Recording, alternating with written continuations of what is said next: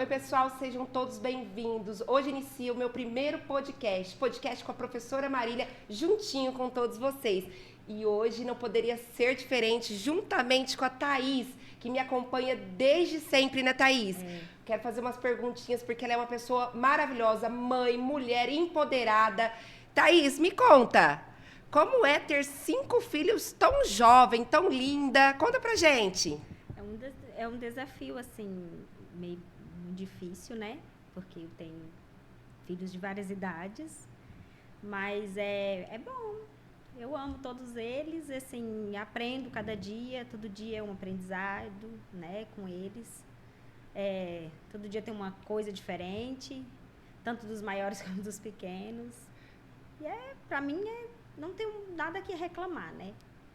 É bênção na vida E da hoje, gente. eu imagino como é, as crianças, nossos filhos, é a nossa motivação diária, né, Isso, Thaís? exatamente. Mas hoje, no nosso podcast, nós vamos falar de um específico, do seu Isso. filho Calu, né? A gente chama ele de Calu, o nome dele é Marcos Henrique, né? Só que desde pequenininho a gente colocou esse apelido Calu e ele gosta de ser chamado de Calu mesmo. Que legal. Thaís, como foi receber o diagnóstico do seu filho? Você sentiu alguma coisa diferente por você ter outros filhos, né? Você sentiu que ele era diferente? Assim, ele não é o meu primeiro diagnóstico, mas só que ele é o que veio primeiro. Eu tenho um filho de 18 anos, né? Que ele é TDAH. E, assim, eu vi algumas coisinhas dele diferente, que parecia muito com o irmão dele e tal. Aí eu falava assim, nossa, você parece muito com o seu irmão mais velho, parece muito com o seu irmão mais velho. Tipo, chorava muito quando era pequenininho, era uma insistência com algumas coisas, era muito distraído. E aí começou a fase da escola. E na escola foi que a professora me chamou, mãe, seu filho não está prestando atenção em sala de aula, ele só decora as coisinhas, né? Que é a fase 1, ele só decora, não é que ele aprendeu, ele decorou. A senhora tenta procurar uma ajuda e tal. Aí eu já, né, fiquei assim, falei, vamos procurar, né? Aí foi quando eu fui atrás a primeira ajuda para ele, né? Que foi a pediatra pedir um encaminhamento para psicóloga. Porque aí já ia para a fase 2 e as mesmas queixas na fase 2. Aí foi que eu falei, não, realmente agora eu tenho que ver o que está acontecendo. Aí foi quando a gente foi para a psicóloga. Aí a pediatra, né, primeiro, aí a psicóloga, a pediatra me deu um encaminhamento, fomos para o psicólogo, um ano de tratamento. De muita né? luta, né? Em busca. Até ela falar, não, mãe, entrevistou toda a família, pergunta tudo, né? Aí, mãe, infelizmente não, né? Que assim que eu quis dizer, ele é TDAH, a gente vai encaminhar para o neuro para ele ser medicado, porque eu só, ela ainda brincou comigo, né? Eu só investigo, quem medica é o neuro. Thaís, no meu consultório, quando atendo várias mães, e essas mães, quando elas chegam para mim e falam, Marília, o que eu faço? Eu posso dar esse remédio?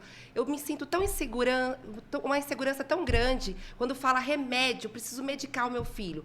Para você, quando o neuro chegou e falou, Thaís, eu preciso que você dê esse remédio, Ritalina, para o seu filho, foi um susto? Como você sentiu naquele primeiro momento? Assim, eu chorei muito nos primeiros momentos, né? Pedi ajuda de alguma forma, procurei pesquisar o que era, do porquê, o que acontecia, me culpei, porque eu achei que a culpa era minha, por ele ter nascido assim, porque a gravidez dele não foi fácil, né? Então eu achei que a culpa era minha.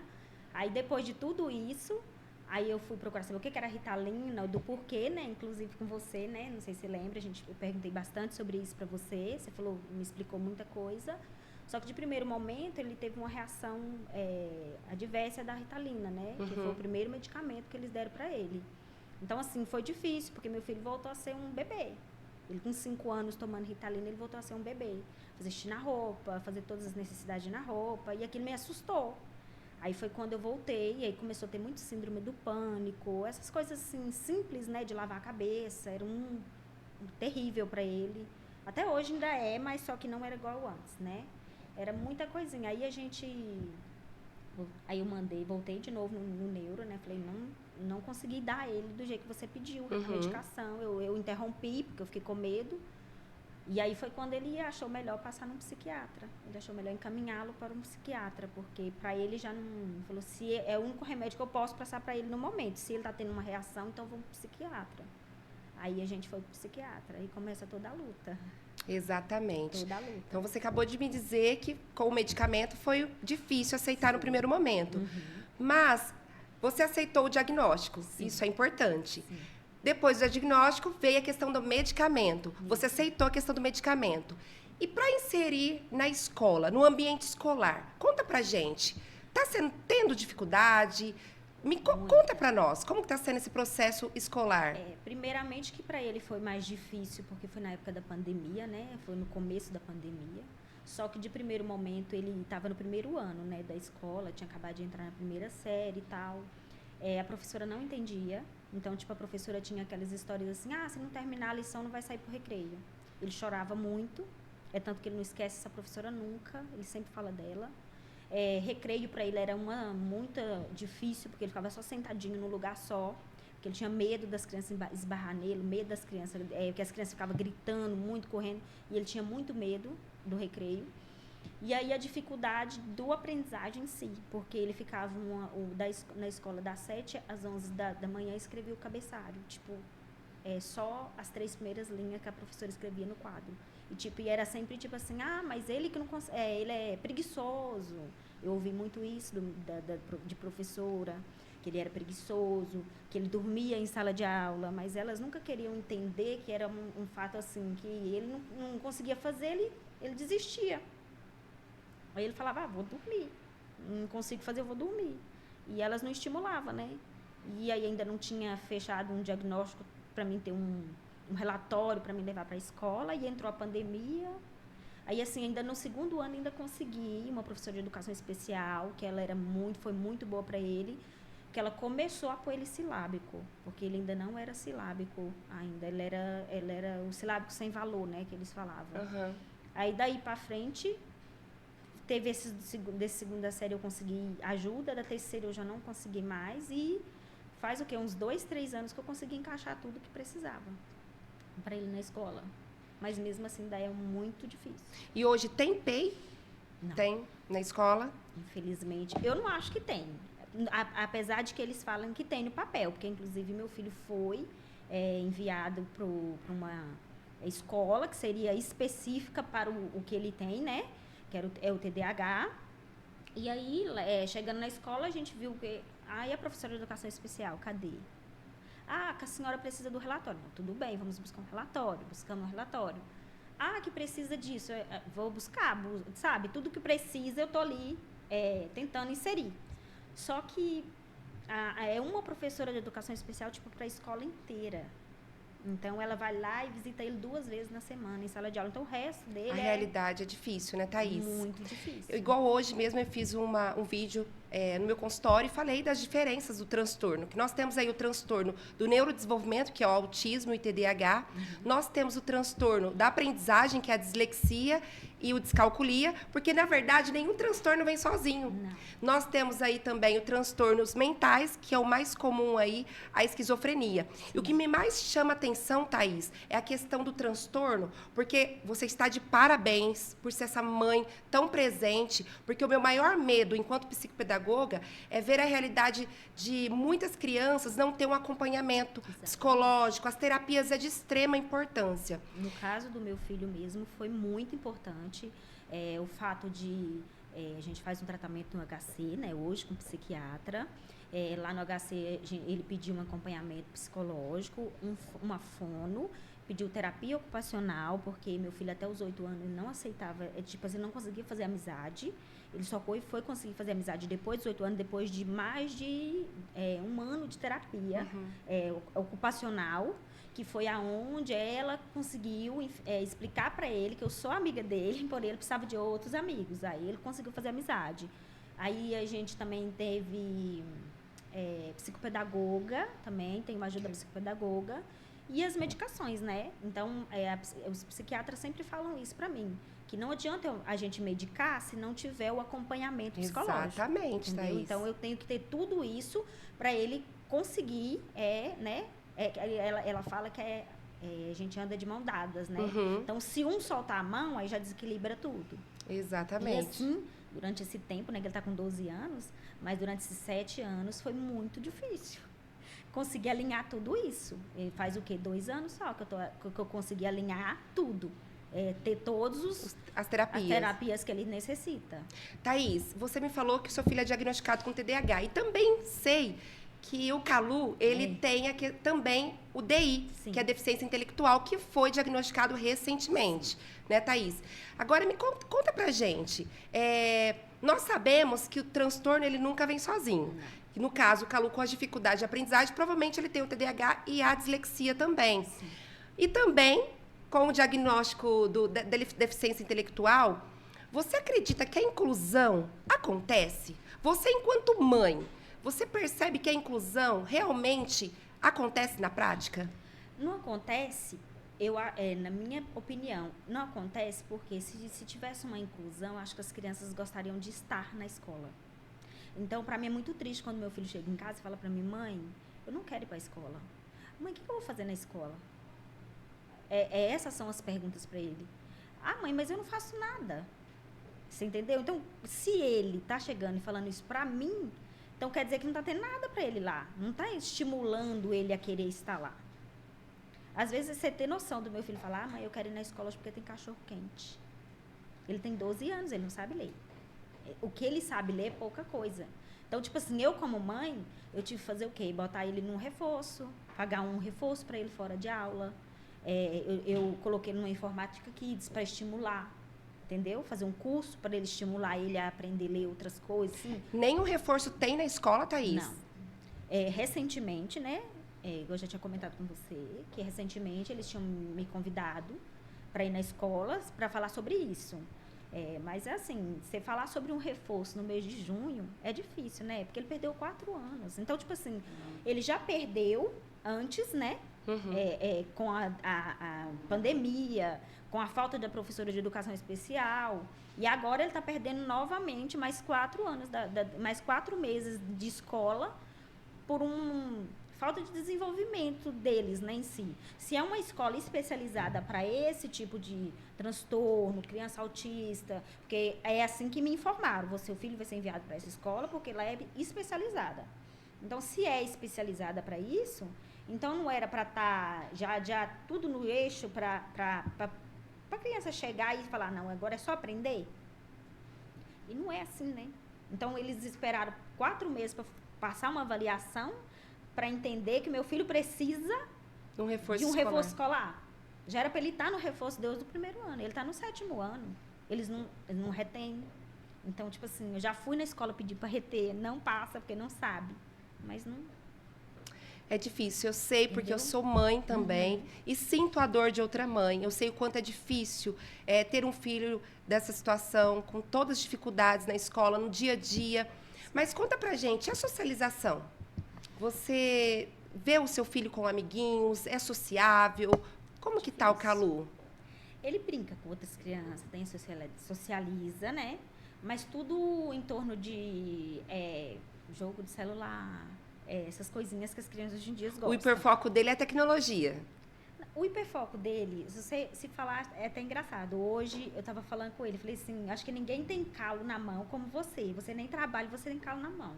Ele gosta muito de cabo de vassoura. Sério? Ele adora um cabo de vassoura. Então, se ele for na sua casa e tiver um ali de bobeira, vai querer levar embora. Ele faz coleção na minha casa. Ele dorme com eles. Às vezes eu tenho que tirar da cama. E assim, ele anda muito para um lado e para o outro com esses cabos de vassoura. E a gente sempre pergunta o porquê disso. Ele fala, não, aqui é o brinco, ele vira várias coisas. Tanto que no HC ele é chamado de contador de histórias. Porque ele conta uma história, assim, de tudo. Então, você perguntar para ele, conta uma história sobre essa caneca. Ele vai te falar uma história, ele vai te inventar uma história sobre essa caneca. Então, a mente dele é aberta para isso, né? Exatamente. Tanto que quando ele era mais menorzinho, né? Foi um dos motivos deles fazer para ver se ele tinha DI, é que ele era assim, quando ele havia alguma dificuldade, que ele não conseguia resolver aquilo, ele se transportava para um mundo imaginário que ele inventou na cabeça dele. E esse mundo imaginário lá não tem hora, não tem nada. E ele é a única pessoa inteligente que tem lá naquele mundo. E aí ele mudava o assunto e ficava lá. Que interessante, Entendeu? Thaís. E aí elas falavam que ele tem esse mundo imaginário dentro do cérebro dele, que sempre que ele vê uma dificuldade, ele vai para lá. E ali ele fica horas e horas e horas. E chegou um tempo de eu ter que ficar, como mãe, aprender, né, com as psicólogas, como tirar ele desse mundo porque estava prejudicando. Prejudica o desenvolvimento, né? Exatamente. Porque aí ele não queria brincar com as crianças, não queria ir para lugar nenhum, queria ficar só ali, no mundinho dele, andando para lá e para cá, conversando com a mente, ele com ele mesmo, e assim ia. Que legal. Nós sabemos, o TDAH foi o primeiro diagnóstico, né? Uhum. O TDAH, nós já sabemos que a criatividade deles é impressionante, né? São inteligentes, criativos, até porque o TDAH, eles têm aquela questão de viver no mundo deles, né? Sim. Eu acho que por isso que demorou um pouco mais de fechar o diagnóstico do DI. É. Que história interessante, Thaís. Gente, Perfeito. tô assim, muito feliz pela sua história, muito feliz por você estar aqui. Thaís, o que você aprendeu tendo uma criança com deficiência? Primeiro, muito paciência, né? Porque tem que ter muita paciência, porque eles vão te levar à loucura, para falar a verdade. Não adianta falar que é tudo maravilhoso, porque não é. Às vezes a gente quer chorar, a gente quer sair correndo, a gente quer só fechar os olhos, ficar quietinha e não consegue. Só que eles são muito amorosos. E, tipo, recentemente ele falou pra mim assim, você fala, porque eu tenho uma filha mais velha, né, que vai fazer 20 anos, ela tá grávida, né? E aí, tipo assim, já falei pra ele, sua irmã vai ter um bebê, você vai ser titio. Então, tudo a gente tem que estar falando pra ele entender. E aí ele falou assim, o que você quer, mãe? Eu falei, eu queria uma menina, porque eu já tenho muito menino, né? Que eu já tenho vocês dois, tem seu irmão, então eu queria uma menina. Ele falou assim, você quer uma menina, mas os únicos que pensam em você somos nós, meninos. A gente te ama mais. Ai, que gracinha. Aí eu falei assim, você tá vendo como que é assim, às vezes as meninas, elas gostam, amam a mãe, mas ele, pelo fato do TDAH, parece que ele é mais amoroso do que os outros. Então, agora mesmo, antes de vir, tchau, mãe, vai com Deus, aí me beija. Se sair, vai pra escola, mãe, já tô indo. Beijo. É tudo assim, muito amor, né? Eles são muito amorosos mesmo. Ao mesmo tempo de que, às vezes, você fala uma coisinha de nada, eles choram muito, fica muito sentimental nessa parte, mas eles fazem a gente rir muito. Eles são muito sinceros, passa vergonha na gente o tempo inteiro, porque eles não têm filtro.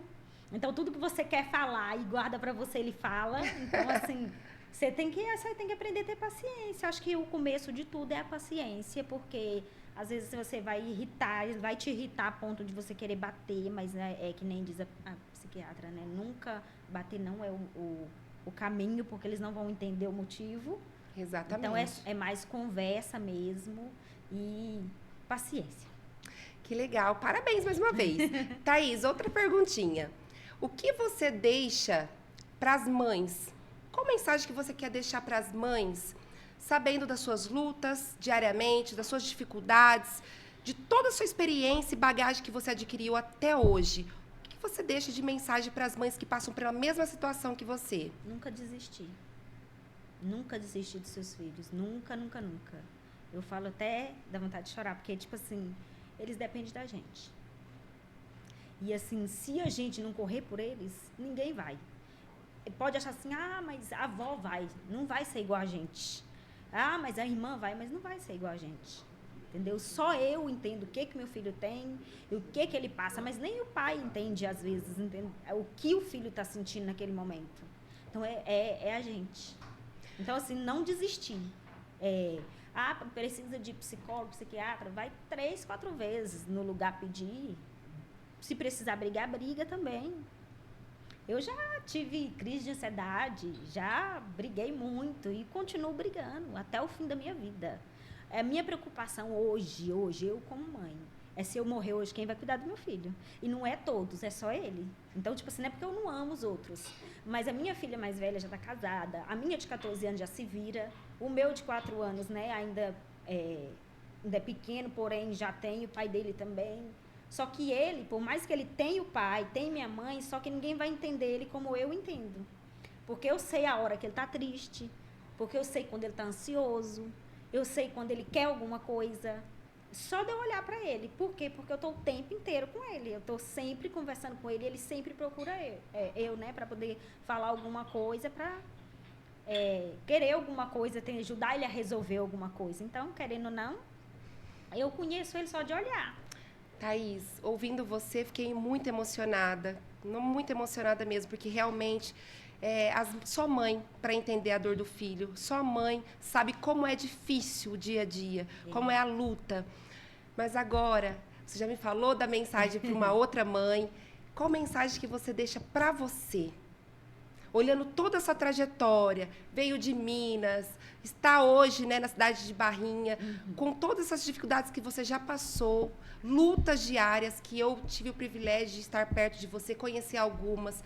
Qual mensagem que você deixa para você, enquanto mãe, dona de casa, trabalha fora, uma mulher que não para, uma mulher que trabalha aos finais de semana? Fala para mim, qual mensagem que você deixa para você? Parabéns. Acho que eu sofri. A minha expectativa de vida não era essa. Eu falava assim que se eu vivesse até os 30, para mim estava bom. Eu tinha, 17, 18 anos. Eu já não ligava muito. Eu falava, se eu viver até os 30, para mim tá bom. Hoje eu quero viver mais, porque eu preciso cuidar deles. E assim, meus filhos são tudo na minha vida. Eu levanto da cama por causa deles, eu faço... Tudo que eu faço é em torno deles, para deixar para eles ou para dar a eles uma vida melhor. E assim, acho que tudo que eu fiz, Deus de lá de trás, por mais que teve muita coisa que eu deveria ter ouvido a minha mãe, não ouvi, né, que a gente tem esse fato, mas eu acho que eu não mudaria muita coisa do que eu vivi, não, e o que eu poderia falar para mim é isso, parabéns por estar viva até hoje, né, por ter passado por tudo isso e ainda persistir, porque muitos já desistiram, muitos desistem do começo, né? E assim, eu acho que quanto maior o problema, melhor mais a gente luta. Que exemplo de superação. Thaís, muito obrigada. Agradeço a todos que estão nos assistindo nesse momento. Maravilhoso, que emocionante, gente. Thaís, eu estou toda arrepiada. Que história realmente de superação, história linda, história verdadeira do que uma mãe realmente passa no seu dia a dia. Muito obrigada pela participação, Thaís. Obrigada por me convidar, né? Prestigiar você no seu programa, para falar um pouco. Você sabe que eu adoro falar sobre o transtorno, né? Sobre o TDAH. Eu, como mãe, que convivo, né, com isso. Tem uma família que tem bastante TDAH, né? Mas eu fiquei muito feliz quando você me convidou para vir participar. Falei assim, não, eu quero ir, quero falar. Você sabe que sempre eu gosto de estar falando, gosto de passar minhas experiências, porque tem muitas mães aí, né, pelo mundo que não... às vezes tem o filho com TDAH, mas tem medo de procurar alguma ajuda pelo fato dos problemas, né, que vem com eles, né? Os dificuldades, né, na realidade, que vem com eles. Mas é tudo maravilhoso. Com o tempo, depois se acostuma. A gente acostuma, a gente começa a aprender.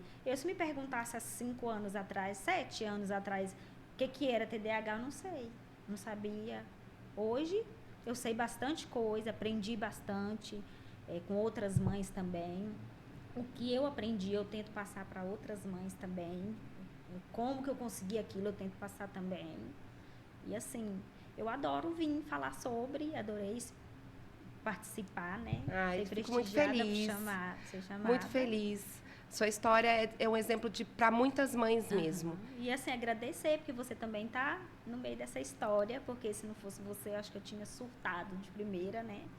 Mas você me ajudou muito, muitos conselhos, né? Me deu muita... Eu que agradeço pela amizade, né? Por ser tão leal politicamente, porque, na verdade, nunca tinha pensado em política. Né? Mas como que as coisas são, né, Thaís? E o dia vai passando, os meses vão passando, a gente vai vendo as dificuldades do outro. E a vida é isso. A vida só faz sentido quando fazemos sentido na vida de alguém.